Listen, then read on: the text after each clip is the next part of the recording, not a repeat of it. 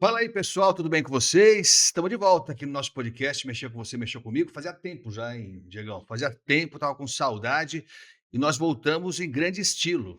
Estamos recebendo aqui uma visita importante do recém-empossado presidente da FEComércio, se bem que tem uma história grande da FEComércio antes de chegar à presidência, mas chegou agora à presidência. O doutor Ivo Dall'Acqua está aqui com a gente, visitando o Sinsaldesp. Prazer tê-la aqui conosco e aqui no nosso podcast. Muito obrigado por ter atendido o nosso convite. Não, eu agradeço o convite, a oportunidade, porque a gente precisa, como representante, estar dialogando com todos os nossos interlocutores, formais e informais, porque formais pela via direta com os sindicatos e informais a representação como um todo, porque cada sindicato traz no seu bojo anseios, necessidades e sonhos de cada trabalhador. E o senhor sabe bem o que está falando, porque já esteve lá, já esteve à frente de um sindicato, não é isso? Sim, eu tive sindicato patronal em Araraquara, fui presidente do Sindicato do Comércio Varejista da minha cidade, comecei nos anos 80, e de lá para cá trilhando, dentro dessa área de representação, os espaços que acabaram chegando, ocorrendo, e tentando dar um pouco do melhor de mim, porque representar é você também não só carregar os anseios, ser o depositário disso tudo, é você tentar traduzir aquilo que a tua representação precisa para que as coisas caminhem da melhor forma.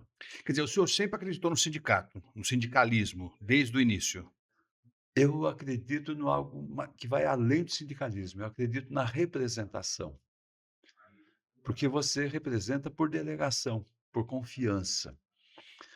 Eu acho que é uma das situações éticas mais fundamentais que é atribuída a um ser humano, a um cidadão qualquer. Então, isso para mim é corolário, é fundamento. Como é que se cria, essa convicção, essa crença? Como é que ela surge? Porque eu digo isso porque a gente está aqui no Sindicato da Saúde, um sindicato do trabalhador, e a gente percebe, não só nesse sindicato, mas no sindicalismo de um modo geral, não sei se por medidas recentes tomadas, que enfraqueceram o sindicato também, mas a gente percebe que as pessoas, algumas delas, não consideram o sindicato como um espaço delas, que as representa, que é importante. E às vezes só descobre o sindicato num caso extremo, de uma necessidade extrema, já às vezes no final da vida dele como trabalhador. Como é que se cria, se inspira essa confiança das pessoas no sindicato? Olha, não tem resposta exata para essa questão. Muita vez, a militância decorre de um inconformismo. Você não está satisfeito com o que está acontecendo lá, você vai lá para ver o que está acontecendo ou se dispõe a participar para contribuir. Essa é uma situação. Muitas vezes, por omissão até da própria categoria, porque no Brasil a questão sindical é estruturada por categoria. Então você percebe que há categorias que deveriam ter uma representação importante e acabam não tendo. E essa omissão faz com que a militância surja. E às vezes, até pela necessidade de você refinar o espaço de diálogo. Nós estamos num momento difícil, num momento crucial, em que os antagonismos se acirram. Existe uma polarização e a sociedade não é polar. A melhor parte do mundo está distante dos polos, porque é onde há calor, onde há luz, onde há sol. Eu estou usando a metáfora para dizer que o melhor espaço é aquele onde você conviva e dialogue, e construa a partir do diálogo. O senhor falou alguns caminhos que levam a pessoa a se reunir, né, buscando objetivos comuns, né, que essa é a ideia da representatividade. No seu caso, qual foi? O que estimulou o senhor a primeiro no sindicato de Araraquara, até chegar à presidência da FEComércio? Eu fui provocado por um grupo de comerciantes que achavam que o sindicato estava muito distante daquilo que eles pensavam. Nós estávamos nos anos 80, anos difíceis, período de redemocratização do Brasil. A Constituição de 88 deu autonomia aos sindicatos, estabeleceu como fundamento a liberdade sindical. Só que naquele momento nós tínhamos uma intervenção pesada nas representações. Eram boas, não eram boas, eram devidas, eram indevidas, não cabe a nós dizer, mas o ambiente empurrou para isso. E nós formamos um grupo na minha cidade para disputar as eleições do sindicato. E acabamos levando. Aliás, não sei se a gente ganhou a eleição ou se a gente ganhou uma responsabilidade maior do que aquela que imaginávamos que pudéssemos vir a ter. Aí não tinha mais jeito, eleito tem que agir. Você assumiu um compromisso, cumpra. E foi cumprido, acho que com sucesso, tanto que o senhor chegou agora à presidência da FEComércio. Eu acho que tem muita gente que está acompanhando a gente que talvez não associe o nome à pessoa, a FEComércio.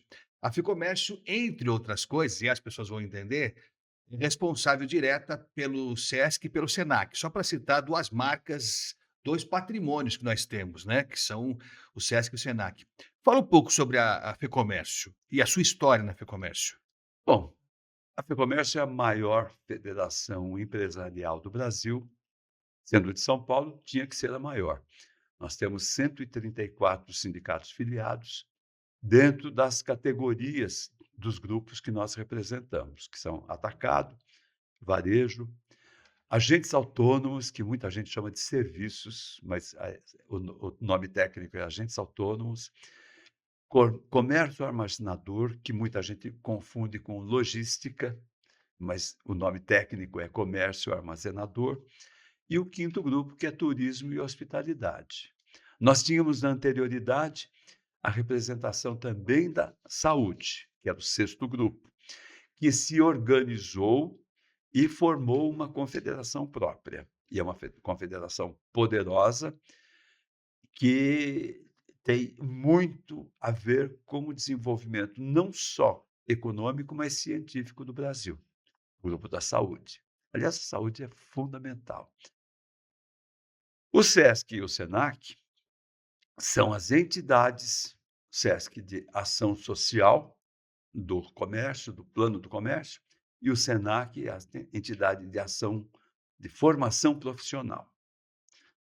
Por sinal, essas 2 entidades completam neste ano 80 anos. São 2 jovens octogenárias. Eu digo jovens porque estão em processo de constante transformação e adequação e não se reconhecem enquanto longevas, embora no Brasil 80 anos numa instituição é longevidade. Para poucos, hein? Ninguém dura 80 anos impunemente. Agora, o senhor está na FEComércio há um tempão, era vice-presidente, primeiro vice-presidente já, e assume para substituir, se bem que essa palavra substituir as pessoas têm resistência, mas o senhor entra para ocupar uma cadeira que foi ocupada por uma personalidade que é quase sinônimo da FEComércio, né? Abraham Scheinman, que é um patrimônio também. É uma tarefa e tanto, né? Olha, Abraham Scheinman, ele entrega um legado. Abraham Scheinman foi transformador. Ele conseguiu desenvolver o trabalho, os conteúdos, a defesa dos interesses da classe empresarial, porém nunca deixando de olhar para a sociedade como um todo e, de forma especial, para o trabalhador. Porque o trabalhador, eu não gosto de usar essa expressão, mas eu acho que define bem.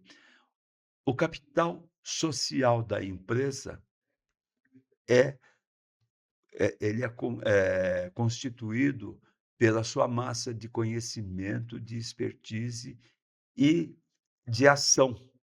E quem faz esse trabalho é o trabalhador. Então nós temos uma responsabilidade imensa Além do que, o Brasil precisa aprender que bom não é ganhar, bom é compartilhar os ganhos, em todos os sentidos. Acho que o Brasil vai melhorar muito quando todos estivermos compartilhando, não só dos resultados, mas da dificuldade na construção da busca desse compartilhamento. Estamos falando do doutor Ivo Dall'Acqua, que é o presidente recém-possado da FEComércio. Vamos falar mais ainda sobre essa jornada dele, falar quais são os objetivos à frente da FEComércio. Mas antes da gente ir para o segundo bloco, eu queria perguntar, o senhor foi juiz classista também, né? Fui. Em ambos, fui na primeira instância, na época era vogal, o nome de quem representava na primeira instância, e fui no Tribunal do Trabalho da 15ª Região. Tive 2 períodos de 7 anos em cada uma das entidades. E isso me ajudou muito, não só a compreender essa questão das relações do trabalho, mas me ajudou muito a entender as pessoas. É uma vivência, olha, valeria a pena pagar para aprender. Você decidir, você ser justo, que é isso que se espera de um juiz, né? Que ele seja justo.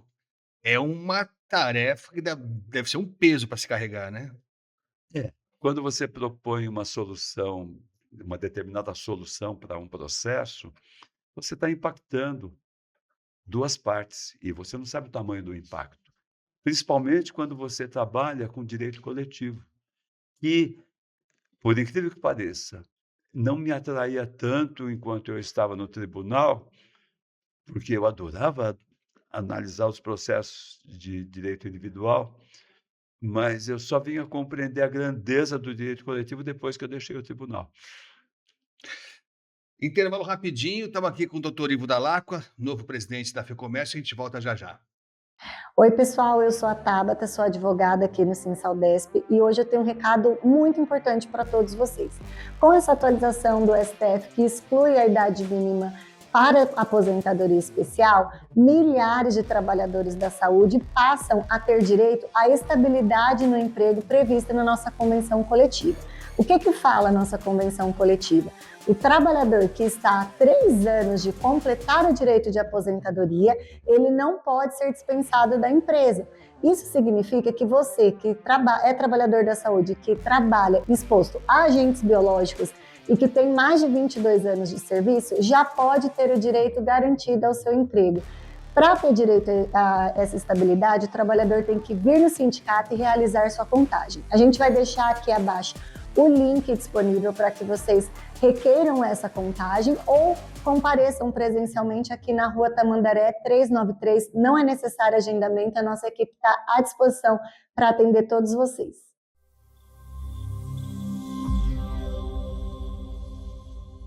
De volta, hein? De volta aqui no nosso Mexeu com Você, Mexeu Comigo, aqui do Sinsaldesp, Sindicato da Saúde de São Paulo, recebendo hoje, para nossa satisfação, doutor Ivo Dall'Acqua, presidente da FEComércio, falar agora da sua missão à frente da FEComércio.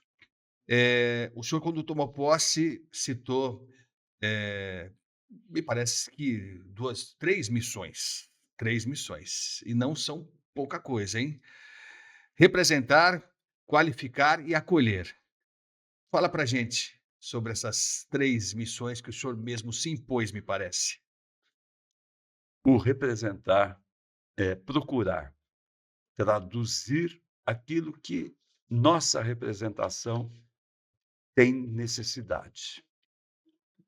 Traduzir, vocalizar e encaminhar.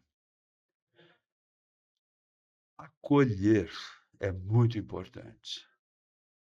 Se você não ouve, você não tem conhecimento, você não sente. E o acolhimento, ele começa a partir da oitiva. E aí eu não estou falando só das empresas que estão vinculadas, estou falando também do corpo social das empresas, que são os trabalhadores. E nós vivemos um momento, nós estamos numa transição que não termina nesse país, e espero que a gente encontre o foco e o eixo para caminhar mais rápido, mas fundamental que todos cresçamos juntos. E nossa luta incessante é contra a questão da informalidade. O Brasil é muito complexo e ele acaba empurrando muita gente para a informalidade, tanto do ponto de vista do trabalho como do empreendimento. Então, quando eu falo de acolhimento, eu estou falando disso também, porque você acaba tendo um ambiente mais justo. Olha, não é pouca coisa, mas eu tenho noção do peso desse trabalho. Mas eu confio também que nós estamos desenvolvendo um capital e um advocacy dentro da própria federação do para a implementação e o aprofundamento da nossa ação sindical, na nossa ação de representação. São Paulo é um país. A economia de São Paulo, ela se equipara à economia de países desenvolvidos do mundo. Nós temos uma região aqui próximo da capital que tem o PIB do Chile, que é a região metropolitana de Campinas. Nós temos 5 regiões metropolitanas no estado de São Paulo. Outros países da América do Sul só têm uma em torno de suas próprias capitais. A própria Argentina, que é daquele tamanho, tem uma segunda região, que é do norte, é a região de Córdoba, e a Grande Buenos Aires. São Paulo, não. São Paulo, nós temos 5 regiões metropolitanas. Não é fácil. Então, e a gente tem que também tentar intervir nas políticas públicas, na busca do bem-estar, do conforto, da mobilidade, que isso possa trazer bem-estar para a comunidade como um todo. Que um trabalhador com tranquilidade, com equilíbrio, ele é mais produtivo. E a busca que a gente tem ao final é sempre de um ganho de produtividade, para que a gente desenvolva a produção de riqueza no país. Que a gente, para distribuir, a gente tem que ter o que distribuir. Temos que produzir riqueza. É isso, o senhor falou da informalidade, né? O senhor citou a informalidade, que é um ponto crucial, é um tema do momento mesmo, né? E a gente tem visto algumas tentativas até do governo de criar algum sistema de seguridade para os trabalhadores de plataforma, por exemplo, né? E isso não é tão fácil também, até para convencer o trabalhador também, né? Porque não é tão simples o trabalhador que está nas plataformas e que tem essa ideia de que ele é o gestor do tempo dele, ele entender que uma seguridade, algo que garanta a manutenção dele no caso de acidente, por exemplo, que isso é essencial. Aliás, o Jefferson Caproni, nosso presidente aqui do Sinsaldesp, teve na OIT, na conferência da OIT em Genebra, na Suíça, teve agora recentemente na Índia também, numa reunião, no encontro com sindicatos, o sindicato da Índia, que é enorme, como tudo na Índia é enorme, e o tema do trabalho em plataformas foi muito discutido, e na OIT a gente conseguiu uma vitória histórica, que foi a publicação, a redação, a aprovação, de um texto internacional estabelecendo uma regulamentação para o trabalho em plataformas. É óbvio que a orientação da OIT não tem um poder de lei, ela não cumpra-se em cada país, mas é uma indicação importante de um organismo importante da ONU que norteia, os países que são signatários, dos tratados, das definições da ONU. Eh, é um trabalho difícil, mas acho que a gente corre o risco, doutor, de estar vivendo um período histórico de uma conquista fantástica que passa também por algo que seja uma regulamentação do trabalho por plataformas, né? Bom, essa discussão começou ano passado, eu participei, eu estava na OIT também esse ano. Aliás, quem acendeu a luz vermelha foi justamente a representação da Índia. A preocupação do governo da Índia foi a seguinte: foi assim, a gente não pode ter um modelo que engesse, nós temos que ter um modelo que proteja. Então, essa é a primeira questão. Segunda, na discussão foi estabelecido que os países têm que adequar a sua estrutura legislativa, a sua estrutura constitucional, no reconhecimento do trabalho. Ou seja, tirar, afastar definitivamente o caráter informal, propiciando garantias mínimas. E quando você fala em propiciar garantias mínimas, você está falando em vinculação à previdência, você está falando em proteção social, justamente para que a informalidade não destrua o próprio sistema protetivo. Hoje o Brasil avançou, nós temos, na questão da saúde, acesso universal, mas para a manutenção desse acesso universal à saúde e para a garantia de proteção para o futuro, porque os jovens, principalmente, eles olham como se o futuro não fosse acontecer. Amanhã está muito longe, importa o hoje. Não, o amanhã chega, embora aparentemente possa parecer longe. E existe uma outra questão que a gente não pode perder de vista, é que o Brasil envelheceu antes de ficar rico. Nós perdemos o bônus, o bônus populacional. A partir dos anos 90, houve um interesse menor no modelo familiar que nós tínhamos tradicionalmente, porque há necessidades que as famílias têm que prover hoje, que anteriormente eram supridas com aquela frase célebre: onde comem 3, comem 4, a gente partilha. É um olhar um pouco mais romântico, que não cabe nos dias de hoje. E o governo da Índia pediu, se nós temos 50 milhões de pessoas ou complementando renda ou ganhando a vida em trabalho mediado por plataforma. Por gentileza, não engessem para que a gente possa continuar o nosso desenvolvimento a partir da busca da proteção que venha, mas de forma adequada para cada tipo de sociedade. Isso foi um alerta interessante que norteou o texto que foi discutido esse ano. Estamos conversando com o doutor Ivo Dall'Acqua, que é presidente da FEComércio, aqui no nosso Mexeu com Você, Mexeu Comigo. A gente vai para mais um break rapidinho, mas o senhor falou da polarização, né, do país, que já vem de algum tempo, mas fez a ressalva de que a população não é polarizada, né, que a maioria está ali naquela meiuca, tentando se defender de um lado e de outro. A FEComércio, que tipo de interface ela tem com o poder público? Brasília, por exemplo, né, que é o centro do poder. Como é que é acontece esse diálogo? Ele é possível, ele é frequente, ele conquista, tem avanços, tem retrocessos? Como é que é essa história? Olha, eu diria que a FEComércio quer participar desse diálogo, sim. Aliás, é uma missão nossa, porque quem nos outorga a representação espera que a gente faça isso. Nós procuramos ouvir bem para multiplicar ou para aprofundar o diálogo. Não temos lado, nosso lado é o lado da área econômica. E quando eu falo da área econômica, eu não estou falando de patrão, não, eu estou falando de patrão e de empregado, porque não existe. É igual o samba do Tom e do Vinícius. Eu não existo sem você, um não existe sem o outro.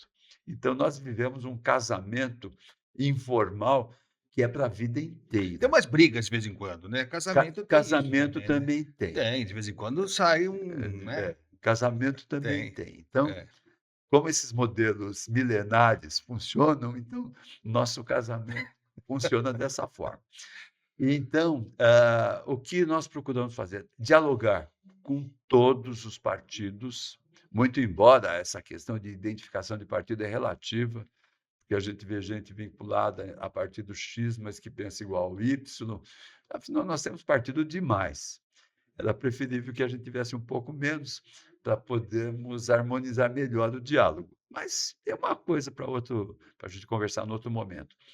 Mas o que nós temos intensificado é a nossa presença em Brasília, junto ao Poder Central, junto aos ministérios, junto ao executivo e especialmente junto ao Congresso, porque há muita coisa interessante no Congresso. Inclusive, quando você consegue aprofundar o diálogo, você percebe o que move as pessoas, o que move alguém que está lá representando. Eu estou falando do político médio. As exceções estão aí para. Mas há espaço. E o fato de podermos estar vocalizando o que nós pensamos tem aberto caminhos de diálogo muito interessantes.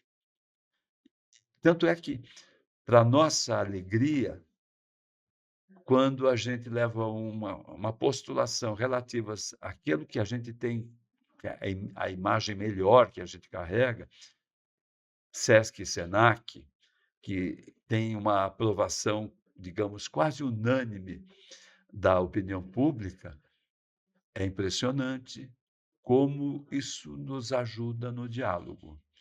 Justamente porque quem está nas extremidades do pensamento reconhece o nosso trabalho de convergência. Isso é muito importante. Doutor Ivo Dall'Acqua, presidente da FEComércio com a gente aqui. Um breve intervalo, a gente volta já já. Fala, trabalhadores do Brasil, estamos aqui na Índia, uma reunião importante do BRICS, com o Chicão, presidente dos universitários, Ortélio, Relações Internacionais também, senhor. E também estamos aqui para falar sobre a nossa representação designada também pelo presidente Miguel Torres. Um importante momento para que a gente possa falar sobre tudo o que aconteceu no OIT, principalmente nesse momento que está aí em debate as plataformas, debate a questão de gênero e a igualdade também salarial no mundo do trabalho. É importante a gente deixar claro que os problemas dos trabalhadores são iguais no mundo inteiro. As regiões têm diferenças climáticas, diferenças ambientais, diferenças políticas. Mas a vida do trabalhador, a vida da classe trabalhadora é igual no mundo inteiro. Precisa de representação, precisa de diretrizes. Essa reunião é para traçar diretrizes. Muito obrigado a todos e todas. BRICS é um processo muito importante para o Brasil, para o mundo. Justiça social, dignidade humana e solidariedade internacional nos junta todo mundo na luta pelo emprego, pela saúde e pela economia melhor para todo mundo. Viva a força sindical, viva o Brasil. A luta foi da lei. जालिम नजर हटा ले मेरा चैन बैन से उजड़ा जालिम नजर हटा ले बर्बाद हो रहे हैं जी बर्बाद हो रहे हैं जी तेरे अपने शहर वाले मेरा चैन बैन से उजड़ा जालिम नजर हटा ले बर्बाद हो रहे हैं जी तेरे अपने शहर वाले हो मेरी अंगड़ाई ना टूटे तू De volta aqui no nosso Mexeu com Você, Mexeu Comigo, o doutor Ivo Dall'Acqua, presidente da FEComércio, visitando aqui o Sinsaldesp para nossa satisfação. O senhor falou de Sesc e Senac, quero falar um pouquinho mais nesse último bloco sobre Sesc e Senac, mas o senhor falou também no bloco anterior sobre a relação com o Congresso, né, que é importante, enfim, e que é apartidário, e que você vai descobrindo que existem coisas interessantes no Congresso, né? Eh, Escala 6x1, fim da escala 6x1, que é um tema que está no Congresso, já aprovado pela Câmara, está aguardando votação no Senado, ainda está meio enroscado por lá. Qual é a opinião, a posição da FEComércio em relação ao fim da escala 6x1? Eu não sou contra. Eu acho que todo trabalhador, todo cidadão tem direito a almejar o melhor. Só que isso não pode ser feito com um modelo único para tudo.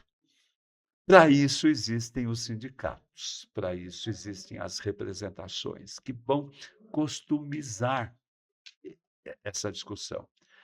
E, a proposta, do jeito que caminhou, do jeito que foi feita, ela impede uma ação mais racional, porque não dá para nomear agora atividade por atividade, mas já estão buscando tantas exceções para essa questão do final da escala, que a gente vai ter um cipoal de questões a atender antes de qualquer tipo de processo negocial. Uma coisa é você trabalhar a redução da jornada. Outra coisa é você querer impor escalas dentro da jornada, ou da jornada máxima reconhecida constitucionalmente, ou qualquer outro tipo de situação nessa linha. Então, nossa posição é: não dá para você, numa única penada, resolver todas as questões. Há setores, que não é nem da nossa representação, de industriais, que não teriam condição de parar um equipamento industrial por conta de fornos, coisas desse tipo, porque até voltar à temperatura normal, precisaria de 72 horas, digamos. E você alterar as escalas, você talvez precise de 2 turmas a mais, 3 turmas a mais, ou questão de substituição. Então, essas questões têm que ser customizadas na negociação coletiva. E nós temos elementos constitucionais que nos autorizam, que nos dão liberdade para isso. Então, está faltando mais diálogo e menos, digamos, usando uma expressão que a juventude usa hoje, lacração. Vamos fechar isso. Não. O assunto não foi debatido com a prudência e o cuidado que merece. Agora, não somos contra nada que venha a trazer benefício para os trabalhadores, mas a economia exige cautela. Por falar em trazer coisas que são boas para o trabalhador, SESC e SENAC. Por que o SESC e o SENAC são tão bons? São de excelência máxima. Você tem a impressão que está num outro país, né? Eu sou contra criticar o Brasil também. A gente às vezes tem um espírito muito crítico para as nossas coisas e é mais tolerante com outras realidades. Eu não sou assim, não. Mas o SESC e o SENAC, de fato, eu me surpreendo toda vez que eu entro numa unidade do SESC e do SENAC, positivamente. Tudo dá certo, funciona como um relógio. Qual que é o segredo? É muito dinheiro que tem para investir, é muita competência, dinheiro e competência. Qual é o segredo do SESC e do SENAC? O dinheiro é menos do que poderia ser, porque as micro e pequenas empresas não contribuem para o SESC e SENAC, elas estão dispensadas. Agora, nem por isso a gente deixa de dar atenção aos trabalhadores das micro e pequenas empresas. Aliás, são os que mais precisam da nossa atuação.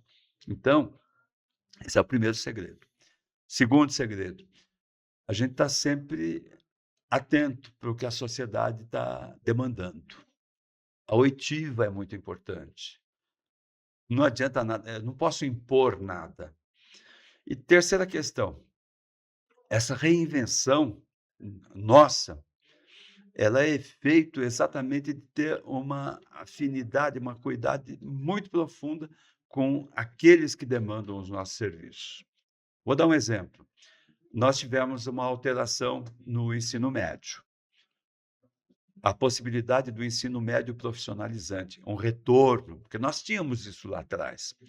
Aí foi mudando, o ensino médio passou a ser quase que, digamos,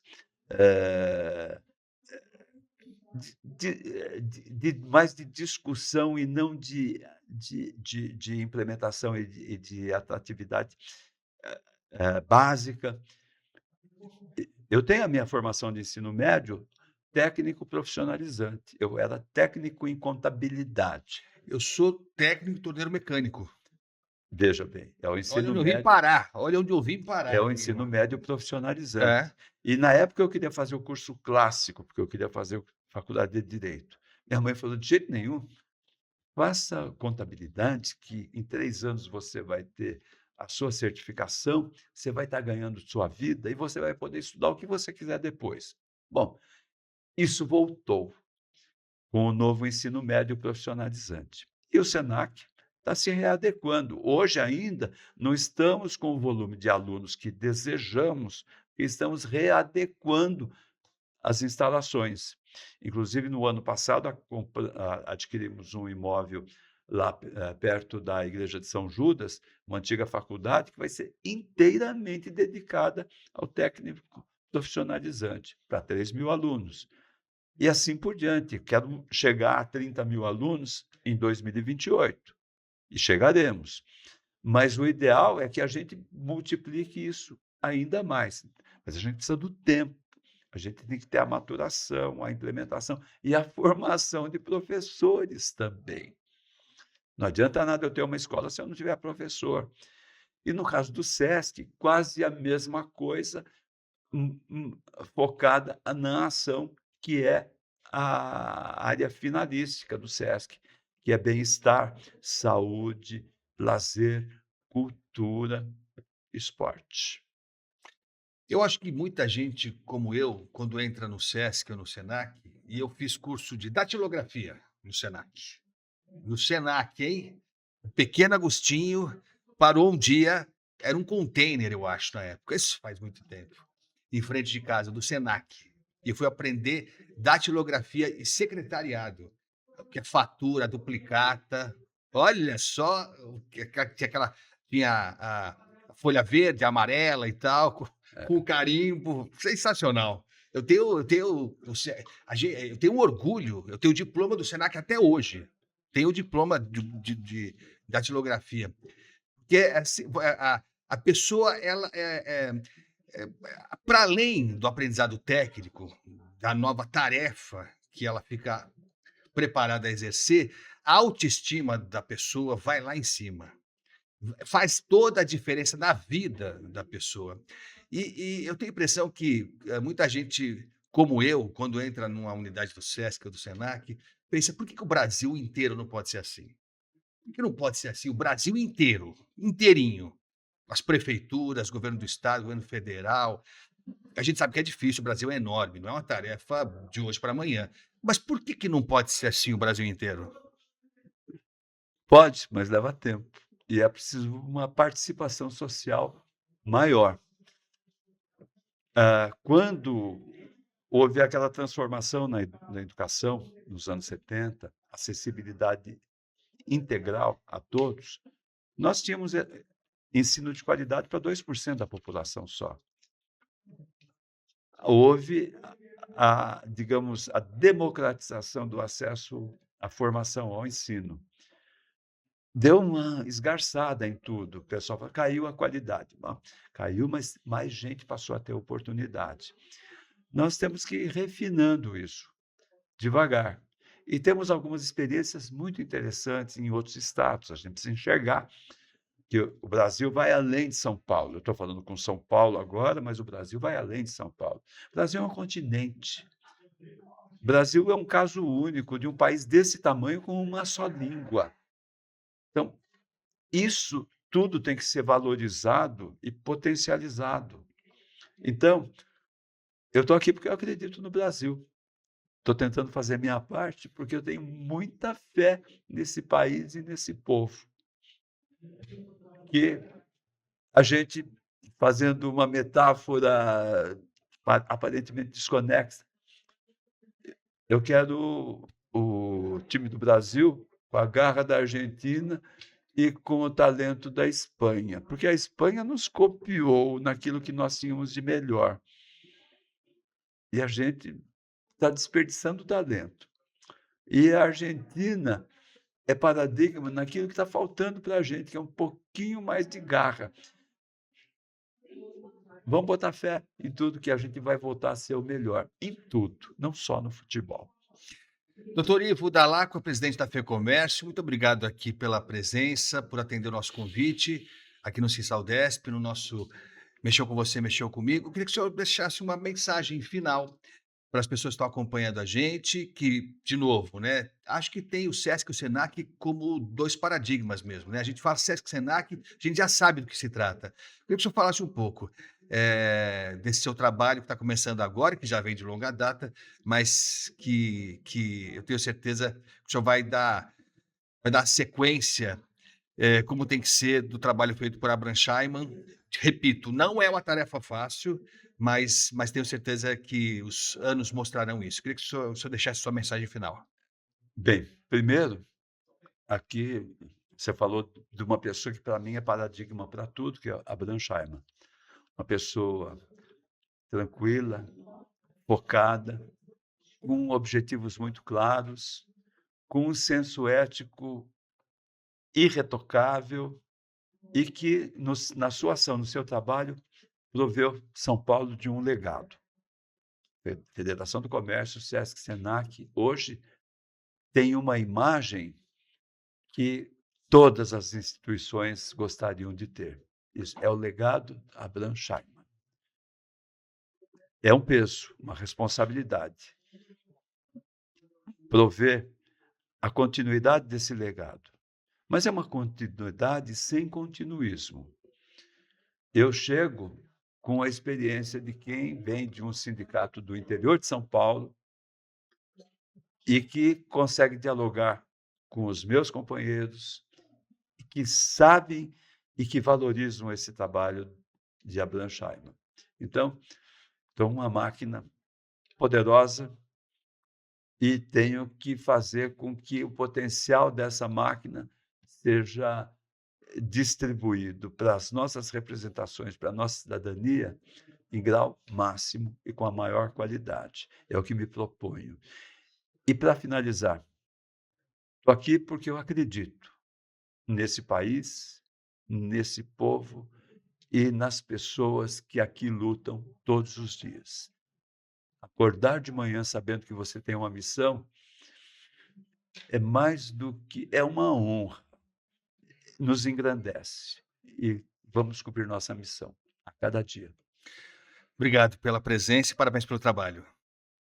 Foi legal, hein? Foi bem legal, bem legal. Se você gostou, dá um like aí pra gente, se inscreve no canal, compartilha o conteúdo. Foi bem legal mesmo. A gente vai se ver em breve. Tchau, tchau.